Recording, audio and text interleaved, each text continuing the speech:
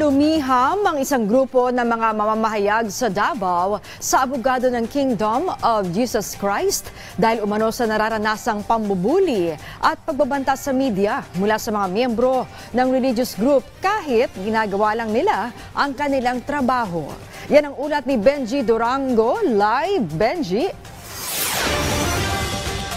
Tama ka dyan, Maan, na pumalag ang isang grupo ng media dito sa Davao City na mula sa pangaharas na kanilang nararanasan mula naman sa mga miyembro ng KOJC. Sa isang liham na ipinadala kay Attorney Israelito Torion, abogado ng KOJC, ang liham ay mula sa Mindanao Independent Press Council Incorporated. Pinapaabot nito ang kanilang kalungkutan sa umano'y pamamahiya, pananakot, pagbabanta na tinatanggap ng media sa tuwing nagko-cover sa labas ng KOJC compound o dumadalo sa press conferences ng KOJC. Tulad ng mga pulis at miyembro ni Kibuloy, 12 araw na rin nagbabantay dito ang media. Si Rhoda Grace ng Mindanao Times, unang araw pa lamang ng problema, nakaranas agad ng pambubuli.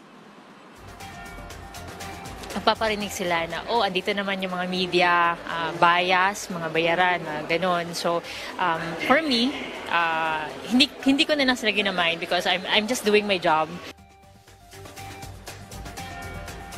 Kahapon na ulit ito, matapos ang press con ni Torion, niyaya niyang pumasok sa loob ng compound ang media, kasama rin ang mga miyembro ng simbahan na kumukuha rin ng video. Pero nahagip ng aming mikropono ang mga salitang pasok, media, pasok, na tila ang nais nila mangyari, buwagin ng media ang hanay ng mga pulis. Para sa presidente ng Davao Peace and Security Press Corps, mali ang hakbang nito ng KOJC na ipain sa gulo ang media na pwede nilang ika-aresto.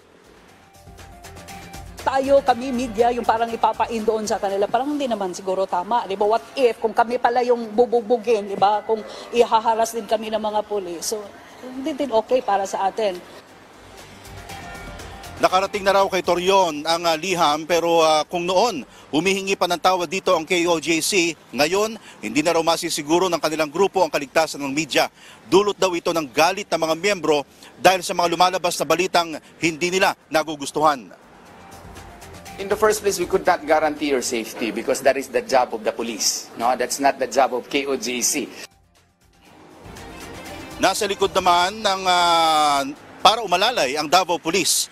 Lumapit lamang daw sa kanila sakali raw na mauwi sa sakitan ang sitwasyon o may malabag na karapatang pantao ang mga nambubuli. Safety first, sir.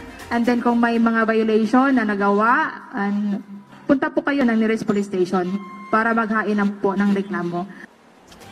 Samantala ngayong bumaghapon, update ko lamang kayo, naging payapa maghapon ang labas ng KOJC, patuloy pa rin ang operasyon ng pulis sa loob ng compound. Samantala, sa ating panayam kanina kay Attorney Torion, abogado ng KOJC, naghahanda na sila sa nakatakdang Senate investigation na magsisimula bukas. Inaasahan na dadalhin ito ng mga senador. Inamin naman ni Torion na siya mismo ang sumulat kay Senador Bato de la Rosa para maisagawa ang investigasyon at alamin kung legal pa ba ang ginagawa ng mga pulis sa loob ng KOJC compound. Maan. Mag-iingat kayo dyan at maraming salamat sa iyo, Benji Durango.